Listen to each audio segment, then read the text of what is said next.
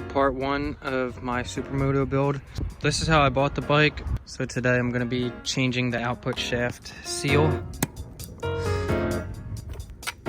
You can see all the oil that was splashed up around all in here. Just take this bolt out and then take the sprocket off.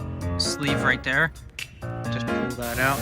Alright guys, so I didn't end up fixing that seal because I ran into another problem. When I was taking out the seal, if you can see right back here, my case is cracked from there and even on the bottom.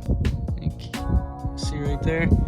Cracked top and bottom. So I'm gonna pull out the motor today and completely rebuild the bike. So what started as just doing the seal turned out to rebuilding the whole motor. I'm gonna get the frame powder coated, gonna get the swing arm powder coated, gonna get some little odds and ends like the triple clamp and stuff like that. But this build is gonna be sweet. Just keep watching. I'm gonna make a series out of this and hopefully you can learn something from it. Also, I'm gonna be doing a headlight, tail light, and turn signals. So if you want to watch how to make your bike into a Supermoto, this is going to be a whole series on how to do it.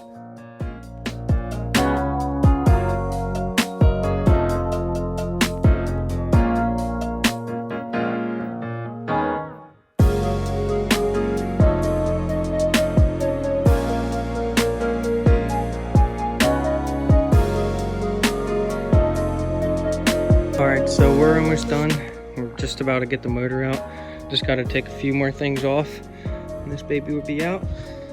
Here's the piece that's cracked.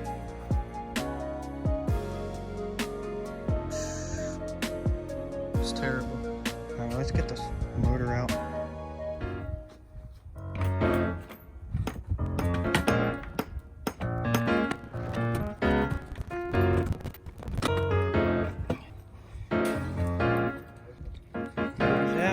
Just wrapped up all the tools, put the bike somewhat back together, just the shock on the swing arm so I could put it in my garage. Tomorrow I'm going to be ripping off everything, stripping it down just to the frame, the swing arm. I'm going to be taking all this stuff off because I'm sending it out to get powder coated. The bike's going to look amazing when it's done. It's going to be a work in progress, but it's going to get there and I'm going to document the whole thing. So if you want to see more of this build, subscribe.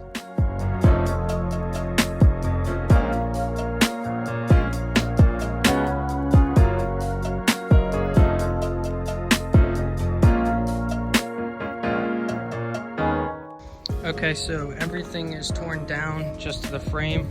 Still gotta get off the foot pegs, but hopefully it's not too windy. This is how I labeled everything. So these are all my swing arm bolts. These are all my fork bolts. This is some miscellaneous stuff. These are my frame bolts. Basically just to make it so simple for me putting this thing back together. That's how I organized it. It might not be the best way, but it's the way that I think will work the best. Another thing that I do is just take a piece of wire. I usually do it with big zip ties, but I didn't have any. Just to keep the spacers from falling out and losing them.